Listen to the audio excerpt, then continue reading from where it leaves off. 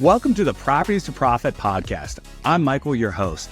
Excited to share with you my journey from a six-figure job to building a successful real estate business.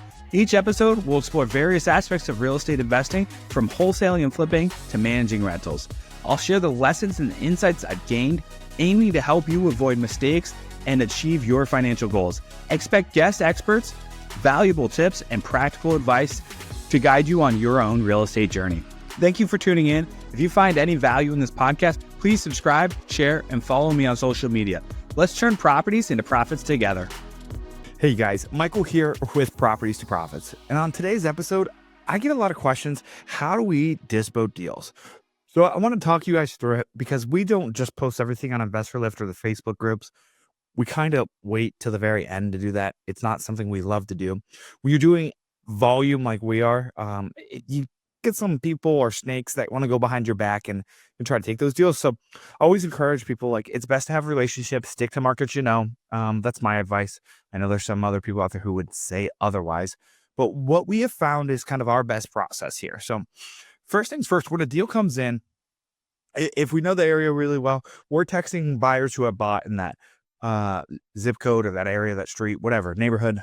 Just depending on the area, it's not uncommon for us to have a deal when you're doing almost 200 deals a year. So what we do is first things first, zip code comes in, we just type it in and we'll reach out to all those buyers who bought the deal. If you bought a deal with us, you're going to get first priority. And so we're going to reach out to them and say, hey, I got this deal coming in. I don't know all of the details, but wanted to see if you're buying in the area. If so, are you looking for a rental or a flip? Just so I can know if the numbers are going to make sense for them. And if they say yes, then as soon as I get in photos or know when my walk is, I'm going to get them there so they can do that and knock it all out with one bird, or one stone, I guess. And from there, once I get my photos back, then I'm sending to all those people who are interested and seeing what they're saying. If they're not interested, I'm going to get on my Facebook groups that are local to that. Type out a quick message. Hey, I have this property in this area. If you're interested, shoot me a DM and let's talk about what you're looking for. I'm not just going to send them over photos. I want to get on the phone with them and see if they're real buyers, all of these things. Get to know them, get to know their buy box before I send them photos. That way they're less likely to backdoor me, and I know who is going to backdoor me when I'm having conversations with them. From there, while we're doing all this, if I'm not getting a ton of traction on it, I'm going to like a Zillow or anything like that. And I'm going to see all the recently sold comps in the last 6 months, or you can do this on PropStream, whatever the software is. And I'm going to look through and see if there have been any flip comps to sell. And how do you know they're flip comps? Well, flip comps are typically, they're virtually staged. There's no clothing in the closets, small things like that, right? You'll see, say, immaculated, updated in the last 3 months or 60 days or whatever the case might be. New everything. Those are all going to be green flags that show me I need to dive into this and see if this is potentially a flip. And then I'm going to reach out to that agent and just say, hey, was this a flip? How did your buyer do? It seemed like you got your number. All of these things, especially if it's selling quickly, and say, hey, I'd love to get your buyer another one so you can sell it.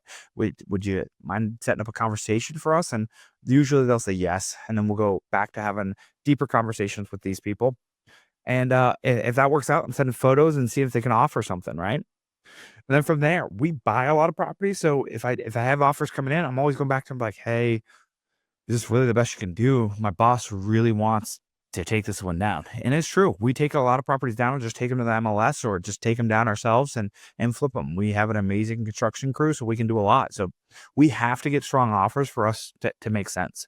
We're in the business of maximizing our profits so that we can grow our team and our business. And everyone, I think, understands that.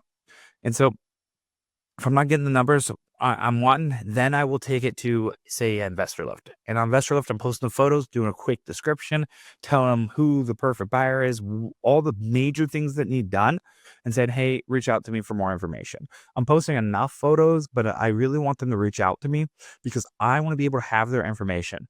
And then from there, once it's out, and InvestorLift has this thing called Artemis mode, which allows me to go and see who's clicked on it, how long, and then I'm giving them a call and said, hey, I saw you were looking at this property. How's it going? What are you thinking?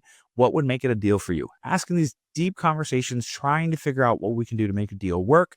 maybe it's not the right deal for them, but maybe they need to keep their crews busy, and maybe I can do a handshake deal where I'll find them a better margin deal. Whatever the case might be. Our goal is to move this deal. When we move this deal, we get a good review, and that allows us to get more interested people who want to sell us homes and all of those things. From there, if I'm not finding anything, I'll go to Zillow Rentals and call all the rentals in the area. And I'm going to see if I can find a landlord who wants to get an off-market deal and see what I can do there. If I'm really not finding any traction at that point, I really got to make a tough decision. Am I going to kill this or go back in for a renegotiation? If I'm going to back in for a renegotiation, I really want to know a price that I'll buy this at, or that I for sure have a buyer at before we go back for renegotiation. We don't want to be promising sellers and not be able to close, so we don't do that. And then from there, if I can't find a buyer, we'll go back to them and say, hey, what if we just list this for you? I'm so sorry. It's just too much work for us. Or we'll just buy it and then we'll list it ourselves and open it up to MLS and get a ton of more opportunities. Hope this helps. This was just a quick rundown of what we do with our dispo process. It's something that works for us, and we've almost moved 200 deals this year. Look forward to connecting with you guys. Follow me on Instagram, realestatemike02. Thank you for listening to the Properties to Profit podcast. I hope you found today's episode valuable. If you enjoy the show, please subscribe and share it with others who might benefit. Follow me on social media for more updates and tips. Until next time, keep turning properties into profits.